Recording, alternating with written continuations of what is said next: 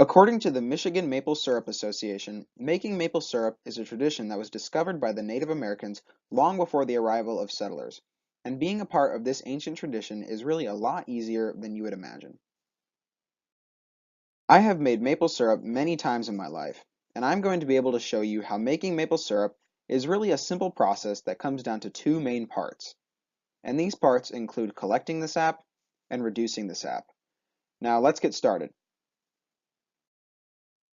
By the time you're finally done watching this video, you should know how to go out and make your own maple syrup. And once you are finished making the maple syrup, you should have a nice syrupy liquid that is golden in color, and there are lots of ways you'll be able to use this syrup. You can put it on pancakes or waffles, or you can use it to sweeten your cereal, or it can even be used as a marinade for meat. So now that you know about your final product, let's step right into the process of making it. You're going to need a few things before you begin. The most important thing to have is the right weather. And according to Tap My Trees, a site dedicated to maple tree tapping, the right weather means that the nighttime lows are below freezing, but the daytime highs are above freezing. This is usually during February and March. The next thing you'll need is a healthy maple tree that is at least 12 inches in diameter. You're also going to want a spile, which is the object on the right, a drill with a 3/8 inch bit, a hammer, a bucket with a handle, a large multiple gallon pot, a smaller pot, a stove, and finally a thermometer. Now that we've gone over the things that you're going to need, let's move on to the first part of the process, collecting the sap. The first step in this process is to drill a hole into the maple tree.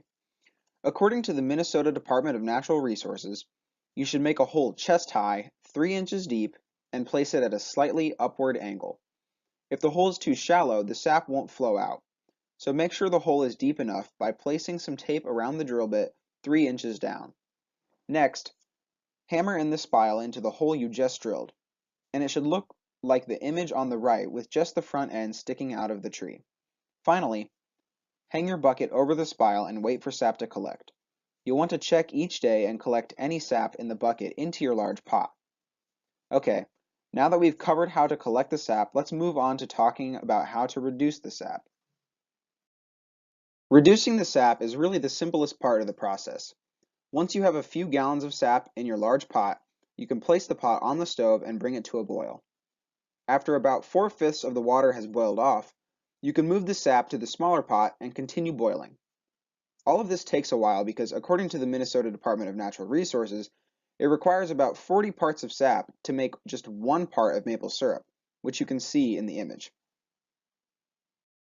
Once you're in the smaller pot, start measuring the temperature and keep boiling the sap until it reaches 219 degrees Fahrenheit, and it should look like the photo on the left.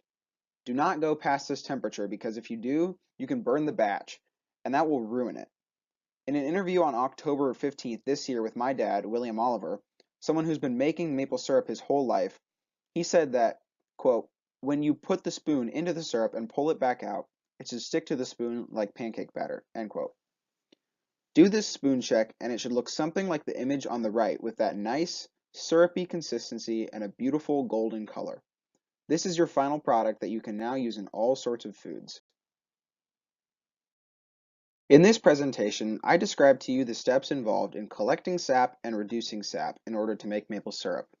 And it really is that simple, just collecting and reducing.